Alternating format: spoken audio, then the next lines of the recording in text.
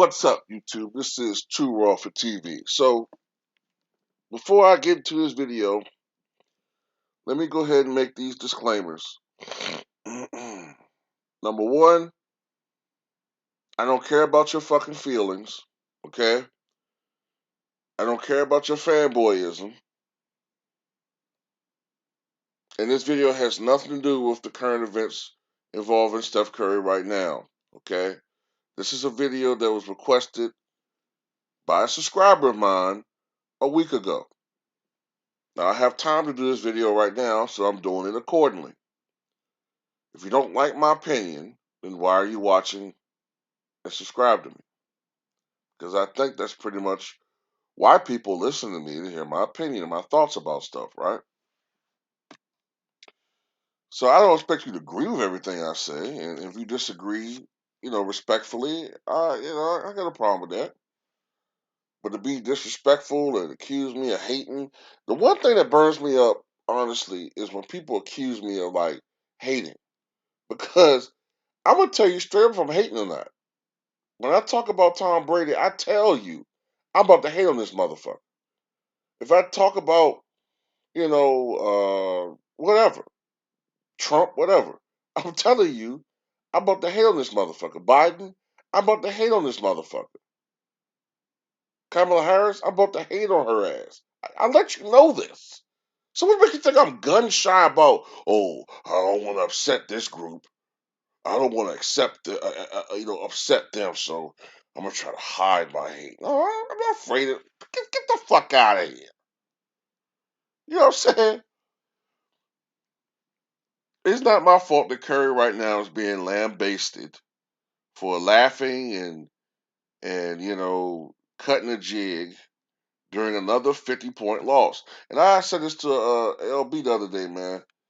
Like Steve Kerr has to have the record for most coaching losses by 50 points or more. He has to. Because how many times these motherfucker lost by 50? Like 4 times? 3 or 4 times. I know. I know at least 3 times. At least 3. Possibly 4.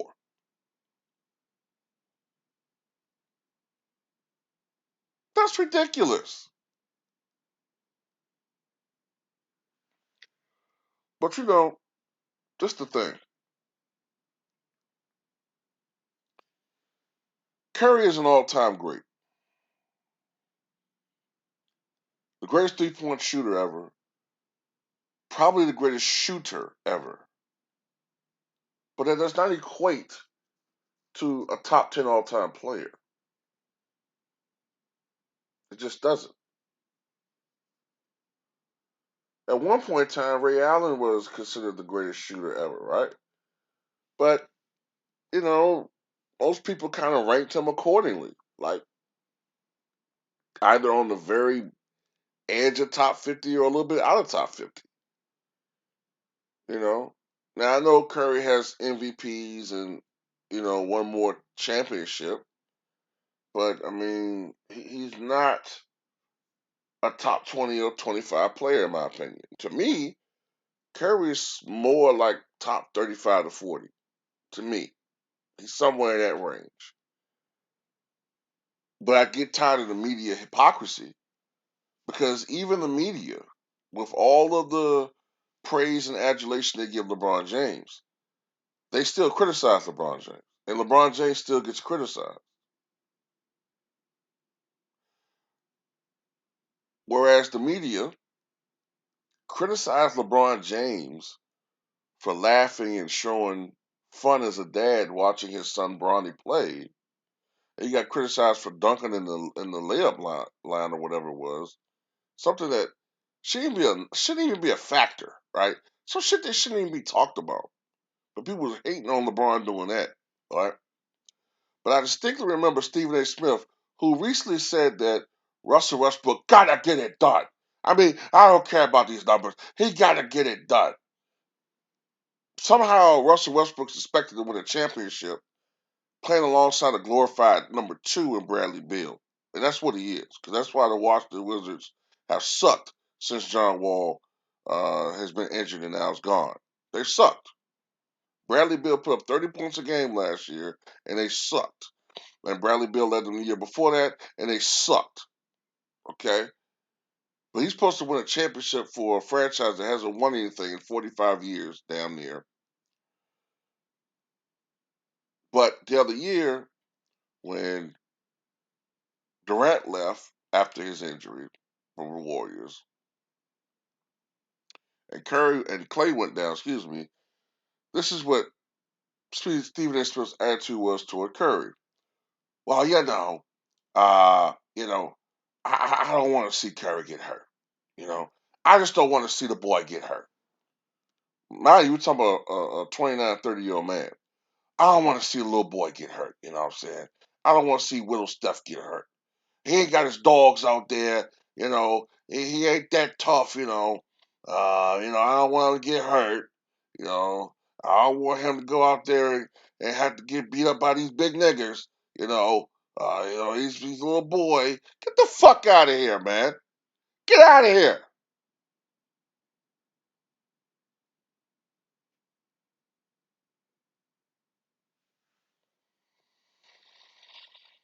So transitioning to and by the way, to the motherfucker who keeps thumbing down my videos, I just want to let you know this. I don't care. It doesn't bother me. Once, honestly, motherfuckers thumbing your videos down is a badge of honor to me. It's a badge of honor. It's a badge of pride. And keep doing it. Keep on doing it, son. Keep on thumbing my videos down, because all it does is put a old happy big smile on my face. All the way with Two Raw TV. Yeah. Nah, but on to this comparison between Curry and Jerry West. Now, if the argument is who's the more accomplished player, then Curry has a much better argument. 3 championships as opposed to West's one. 2 MVPs as opposed to none for Jerry West. Okay. Um, and people could, on the surface, look at that and say, well, see, that proves that he's better. But nobody who's a real basketball mind would say that just because Steve Nash has 2 league MVPs makes him a better point guard than Isaiah Thomas. So every case has to be really looked at more than just on the surface and these awards. Okay. And you got to look at who's around and what's going on. Okay. So, anyway, what does Stephen Waddell Curry do that's better? What did he do better than Jerry West? Well, obviously, he's a better and more prolific 3-point shooter, but there was no 3-point line around. But still, Curry's a better 3-point shooter. He's a 43% career 3-point shooter, and he's second all time in 3-pointers made behind only one guy, Ray Allen, and he's rising fast. Sometime next year, he should pass Ray Allen and become the all-time leading 3-point shooter. And you'll know because in the distance, you're going to hear a collective moan, which is going to be the simultaneous nuts bust by his fan legion. They're going to, oh, they're going to be like Blank Man after Robert Givens touched him, you know? So, eh, eh, ah, 2,974. Oh, God, yeah. Curry. Oh, man. Gee Willikers. What a percentage. So Curry's the better 3-point shooter. He's the better pure shooter. Though West was a great pure shooter as well. Um, Free throw shooting. Jerry West was very good. 81%, 82% free throw shooter. Good. Right, close to about Michael Jordan and Kobe, who about 84%, about in that range. Also about the same range as Alex English, Dominique Wilkins, 81, 82%, in that range, okay? Um, Curry's the GOAT when it comes to that. 90.6 or 7% from the line. Number one all time. He's one of only three players to have a career percentage that the NBA counts at least of over 90%. And that is Curry, Mark Price, who's at 90.4%, and the former all time free throw king, Steve Nash, a little over 90.4%. Though it has to be noted that Mahmoud Abdul Rauf, formerly Chris Jackson, shot 90.5% for his career. But the NBA doesn't count it because I think he falls below that threshold of minimum career free throw attempts to be included. So on those issues, on those topics, edge Curry. Ball handling, I got to give the edge to Curry, but you have to also remember that during Jerry West's era, those players were not able to do the same things that guys are able to do today in the NBA. They weren't able to, they would call palming, they would call carrying. You had to have your dribble a certain type of way. That's why when you watch those games from the 50s and 60s today, the dribbling looks prehistoric and basic, but that's because the NBA wouldn't allow them to do certain things. Now, I'm not saying that those guys will be able to do what Kyrie Irving or Allen Iverson or Tim Hardaway or other, ball handling masters would be able to do. I'm not saying that, but they could probably do more than what you're seeing. Okay, and incidentally, I just want to bring this up. That's why a lot of guys went over and transitioned to the ABA because the ABA allowed more freedom of expression. The ABA allowed more freedom with regard to what you could do with the basketball. And they were paying a lot of young players more. A lot of young stars are going over and making 125,000 a year in the ABA as opposed to going to the NBA and making maybe 80,000. Because back then, every penny counted because a lot of these guys still worked in the off season doing other jobs. So yeah, it made more sense to go over. Okay, that's why in the 1970s, as a response to the ABA, the NBA began to open up its rules as far as what you could do to basketball. The game became more high flying. They started letting ABA guys come over to the NBA, and the NBA started paying more moolah. They started paying more money to these guys. Now he's making 200,000 a year, 300,000 a year, and now these guys who formerly had to work other jobs in the off season, now guys like Walt Clyde Frazier, who's making 400, almost 500,000 a year. Now I can live a playboy lifestyle, baby. Now I can wear the shit I want to shit I want to wear. You know what I'm saying? I can have a nice car. I'm making as much money as the CEO of a big company. Now I'm living a different lifestyle. And that's when the NBA became much more lucrative. And people aspired to be basketball players. Cause now I can make as much money as a CEO. But now CEOs make so much fucking money, it's ridiculous. But back to this. Oh, I could talk about so much shit on this channel. But back to this. Jerry West trumps Curry in virtually everything else. Jerry West was the more prolific scorer.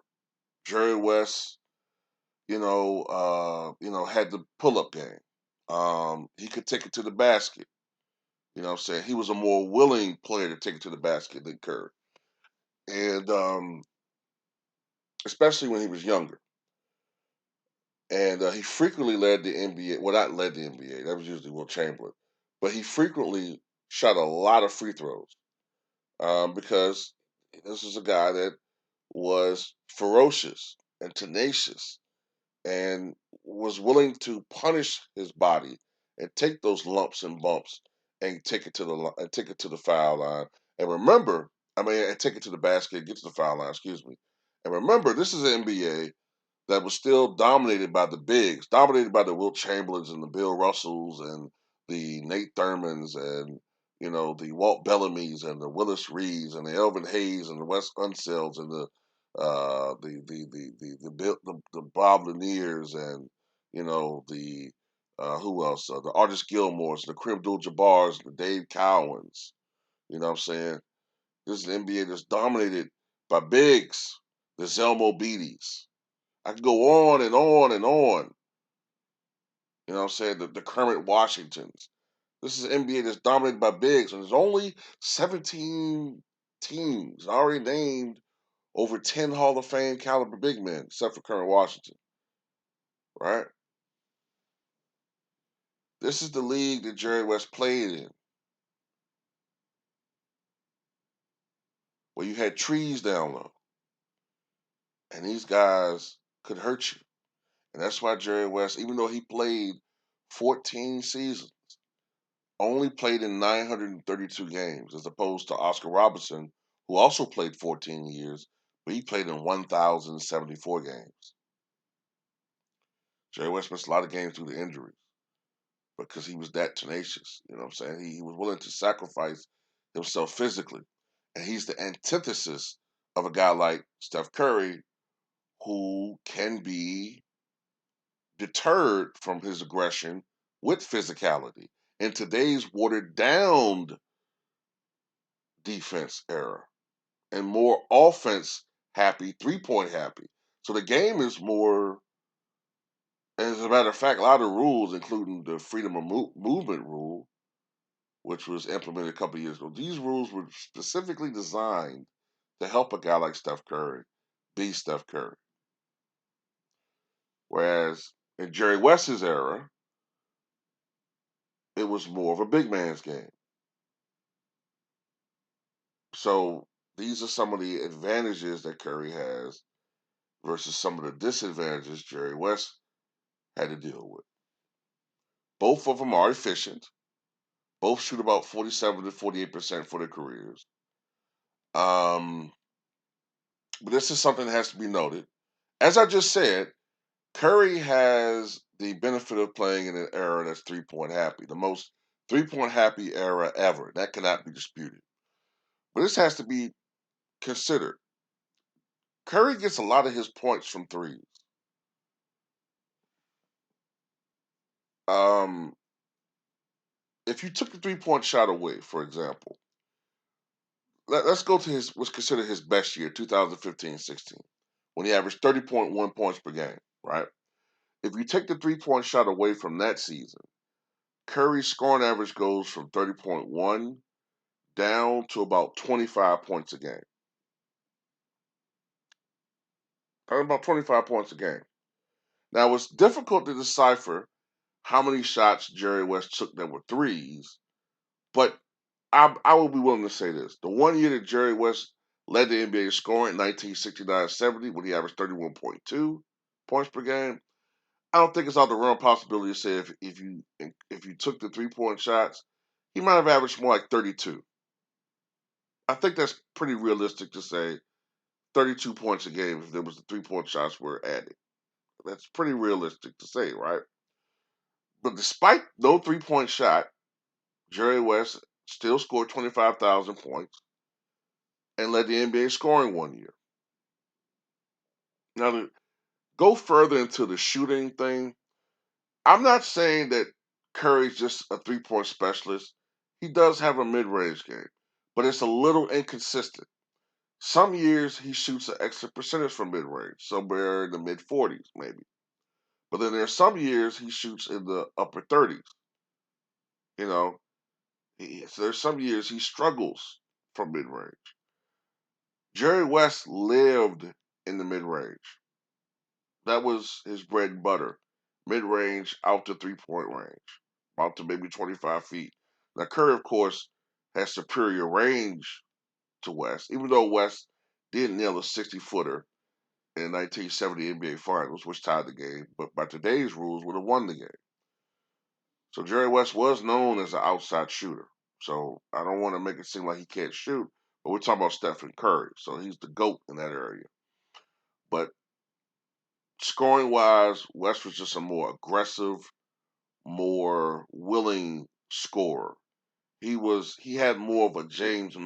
To put it in perspective, so you can understand what I'm saying, he had more of a James Harden mindset when it came to scoring.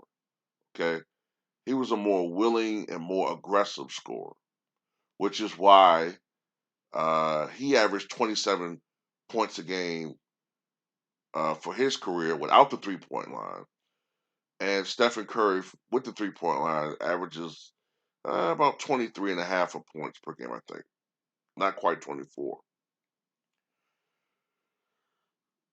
Playoff scoring.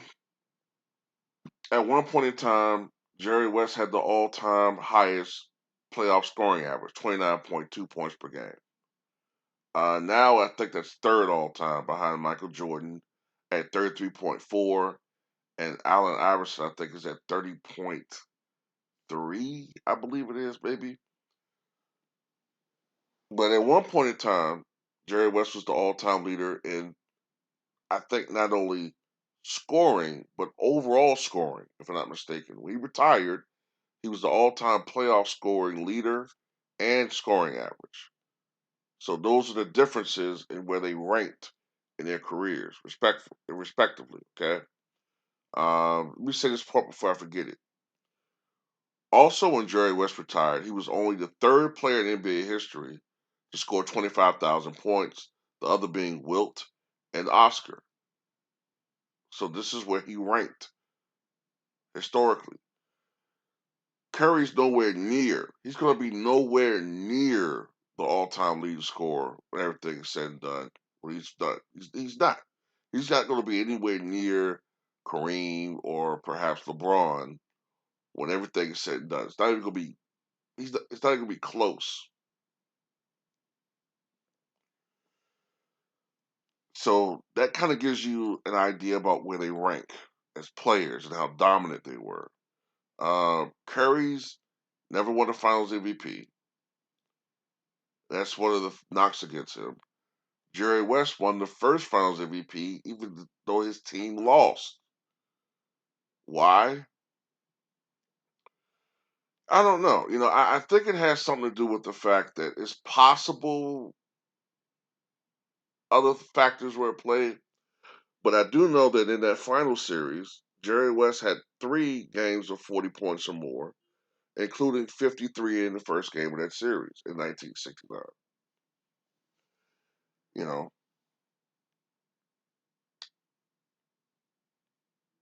so I'm going to go and transition to playmaking. Now, both of them are considered combo guards. Jerry West, I think, averaged something like 5.5 assists for his career, somewhere in that range. I want to say Curry's like around 6 or something. Um, I wanna almost say it's a wash, but I want to give the edge to West for one reason. Jerry West kind of had to share uh, playmaking duties with Gail Goodrich. Okay, and Gail Goodrich, toward the end of his career, when he came back to the Lakers, I'd rather say, and toward the end of West's career, West, for all intents and purposes, became the playmaking point guard. He could still score, but his scoring went down more like to 21 points a game, 22, 23, and he became more of a playmaker. And in those years, that's when West was averaging like 8, 9. I think one year he averaged 9.7 assists per game. Curry's never come close to that. As a matter of fact, Curry, if anything, can sometimes be criticized for unnecessary razzle dazzle bullshit. You know what I'm saying? That could get him in trouble. Throwing passes behind the back and all this Showtime shit when it's not necessary. And that actually kind of cost his team possessions in Game 7 of the 2016 NBA Finals against the Cleveland Cavaliers.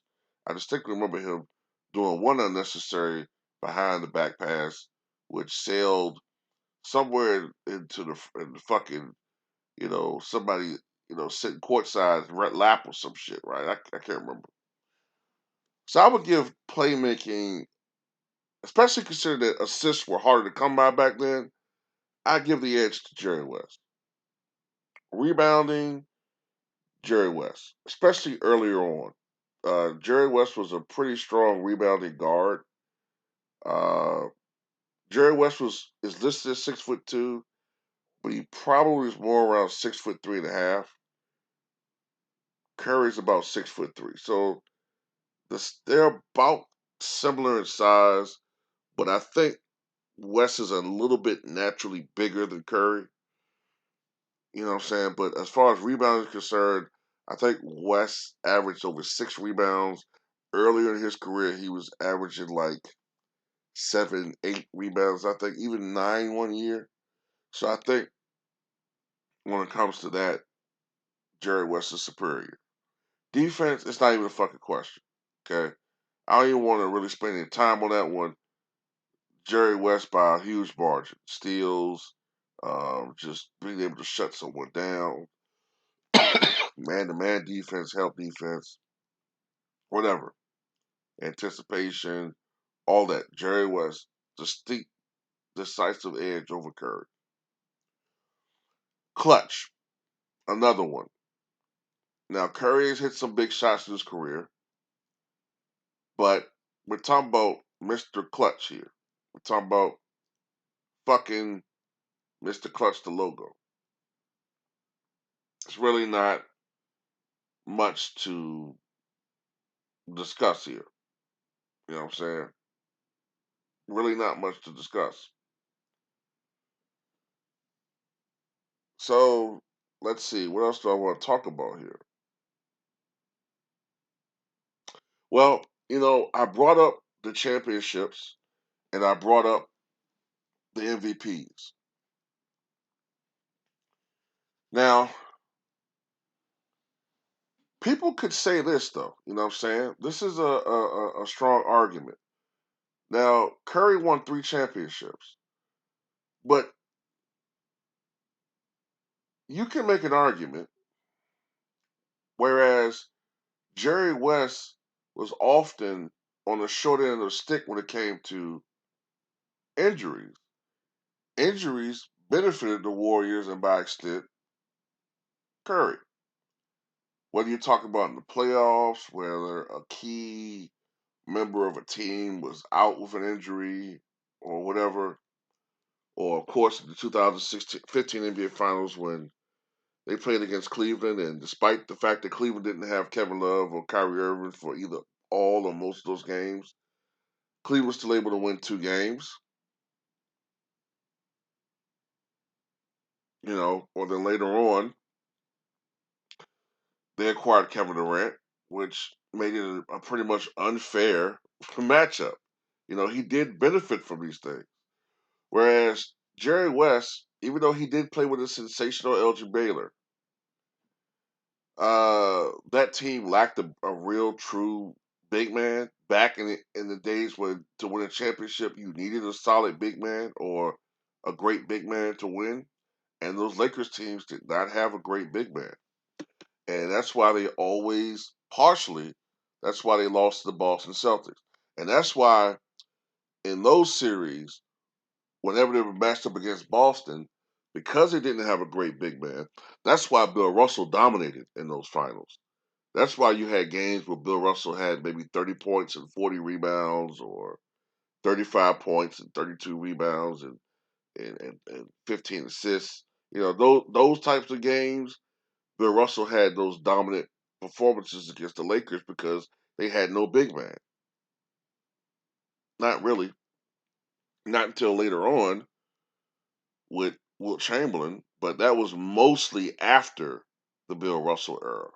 And that's why they finally won a championship in 1972. Competitiveness, it's not even a question. Uh, Many people are right now criticizing Curry because of him laughing during a loss. Whereas Jerry West, he actually suffered from depression. You know what I'm saying? That wasn't diagnosed at the time, but he literally suffered from clinical depression. A lot of it had to do with some of the failures of his career, not winning more. Okay. Um, Chuck Hearn, who watched almost all the greats, you know what I'm saying? I want to say Chuck Hearn went back to at least Baylor and West, maybe the tail end of Mike, and I have to look at it. But he watched almost all the greats. I know he definitely watched them from at least Baylor and West all the way to Shaq and Kobe. Okay, that's how long Chuck Hearn watched LA basketball. Magic, Kareem, he watched everybody. He watched all of those guys, right? He said he never saw someone who took a loss as badly as Jerry West did. Never. Not Magic, not Kareem, not even Kobe. He said he never saw someone who grew as despondent and as sad as when the team lost as Jerry West. He said Jerry West would almost like become non-responsive and sink into a depression and anger off of losses, off of regular season losses. So just imagine how he would feel if the Lakers lost by 53 to, say, Boston or something. He probably would be, you probably won't be around him for a couple of days. And if he did lose, he probably more than likely would be in the gym the next day working on his shooting, working on his game, working on his defense. He was an obsessive perfectionist.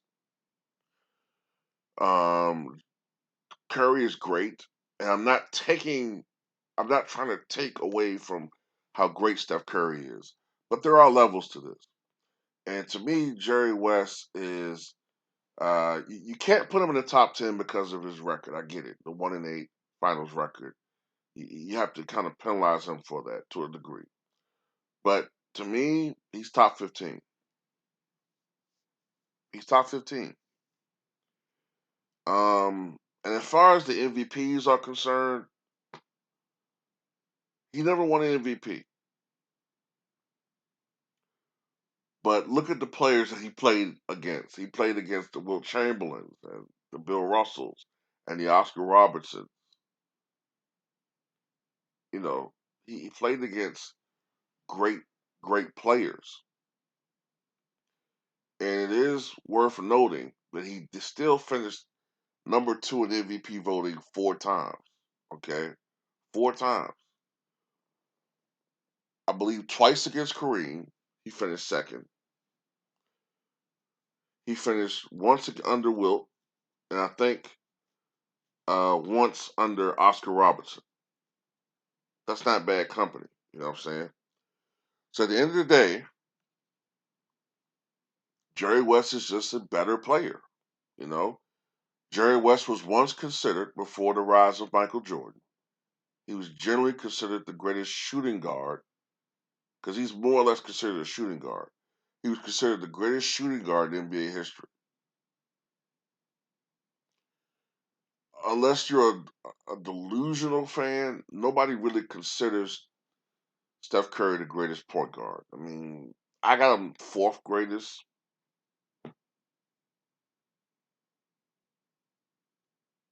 But that's about it. So that's pretty much all I got to say, man. I'm trying to think of anything else I need to say in this video, but that's about it, man. Curry's great, but that's it. Tell me what you guys think.